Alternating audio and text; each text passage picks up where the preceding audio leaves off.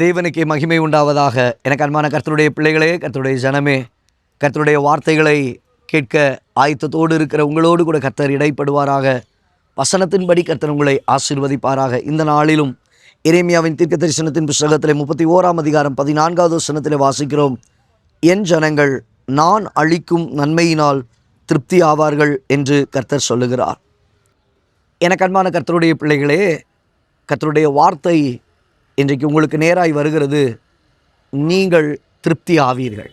ஆமேன், ஆமேன் என்று சொல்லி அப்படியே அதை பிடித்து கொள்ளுகிறீர்களா? ஆமேன்.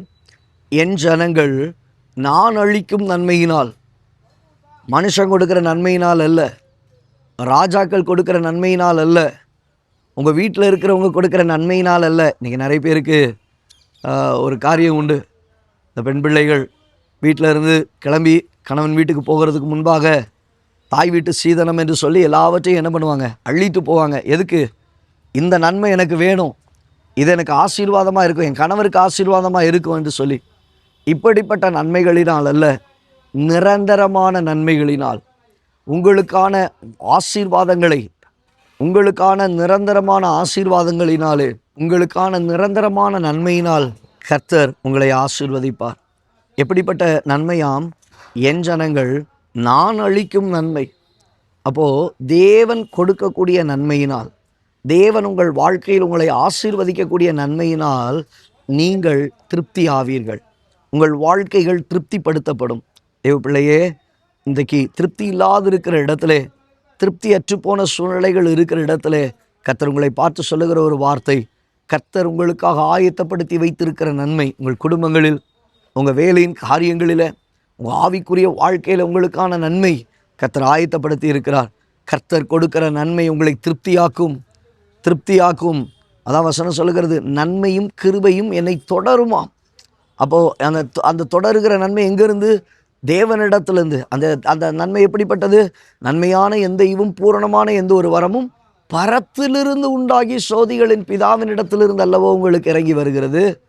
அப்போது எந்த மனுஷனிடத்திலிருந்து நமக்கு ஆசீர்வாதம் அல்ல, பரத்திலிருந்து உண்டாகி தேவனிடத்திலிருந்து நம்முடைய வாழ்க்கையில் அது கடந்து வரக்கூடியதாக இருக்கிறது.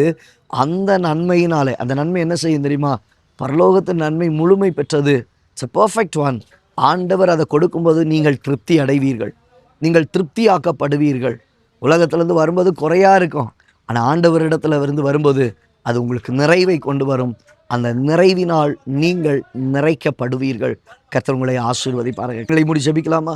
நல்ல தகப்பனே, நாங்கள் துதிக்கிறோம், மகிமைப்படுத்துகிறோம். இந்த பிள்ளைகளுடைய வாழ்க்கையில் கர்த்தர் கொடுத்த வார்த்தையின்படி என் ஜனங்கள் நான் அளிக்கும் நன்மையினால் திருப்தி ஆவார்கள். தேவன் உம்முடைய பிள்ளைகளுக்காக ஆயத்தப்படுத்தி வைத்திருக்கிறதான நன்மை, அதை அவர்கள் பெற்றுக்கொள்ளட்டும், அதை அவருடைய வாழ்க்கையில் காணட்டும். கிருபையாய் என் தேவனீர் வழி நடத்தி செல்லுகிறதை உணர உதவி செய்வீராக. இரத்தத்தில் மூடி மறைத்துக் கொள்ளுவீராக. எல்லாவித நன்மையினாலும் அவர்கள் நிறையப்படட்டும். இயேசுவின் நாமத்தில் பிதாவே, ஆமென். எனக்கு அன்பான தேவ பிள்ளையே, தேவனாகிய கர்த்தர் அவர் உங்களுக்கு அருளுகிற நன்மையினாலே உங்களை திருப்தியாக்குவார். He will satisfy you. அவர் உங்களை திருப்தியாக்கி நடத்துவார். God bless you.